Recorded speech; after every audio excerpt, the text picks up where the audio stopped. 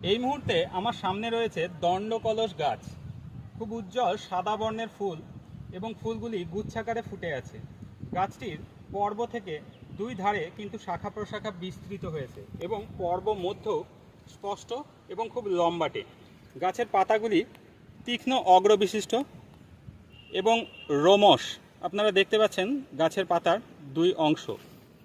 যদিও আমি এই মুহূর্তে দার্জিলিংয়ে রয়েছি, কিন্তু এই গাছটি সাধারণত আমাদের বীরভূম, বাঁকুড়া, পুরুলিয়া, মেদিনীপুর এই সমস্ত অঞ্চলেই দেখা যায়। কিন্তু যেহেতু দার্জিলিংয়ের এটি নিম্ন উচ্চতা বিশিষ্ট অংশ, তাই এখানেও আমরা এই গাছটি খুঁজে পাচ্ছি। তবে দার্জিলিংয়ের উপরি অংশে এই গাছটি সেরকমভাবে আমার চোখে পড়েনি। তো আশা করি এই গাছটি আপনারা সবাই চিনতে পেরেছেন।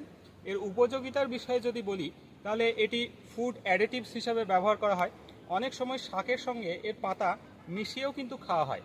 এর ঔষধি গুণ যথেষ্টই রয়েছে।